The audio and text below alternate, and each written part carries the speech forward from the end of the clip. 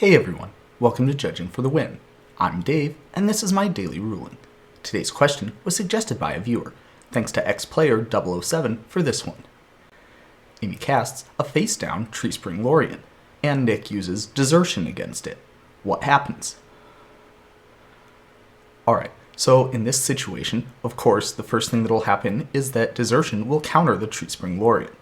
Now, this was a creature spell, which means that the replacement effect for Desertion will apply to this situation. When it happens, the Nick will put the Treespring Lorien onto the battlefield under his control.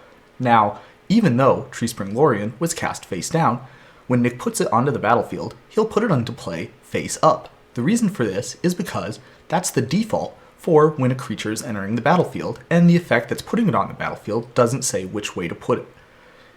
Because Desertion is the effect that's actually putting Treespring Lorien onto the battlefield, it doesn't matter that it was originally cast face down. As far as it's concerned, casting it as a spell part didn't really pan out, so we're going to go with plan B, which is Desertion putting it onto the battlefield. Because the default is to put it onto the battlefield face up, that's what will happen.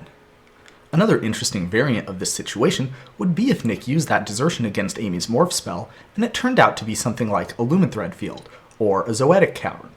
Even though neither of these are creature cards, they were both cast as creature spells, and that's what Desertion looks for when it's deciding whether its replacement effect should apply. Accordingly, if Nick uses Desertion against either of these, he will also put those cards onto the battlefield, again face up.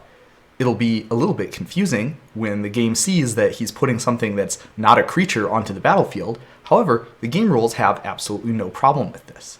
And that's all I have for you today. How did you do? Join me again tomorrow for another daily ruling, but until then, I hope you have a great day.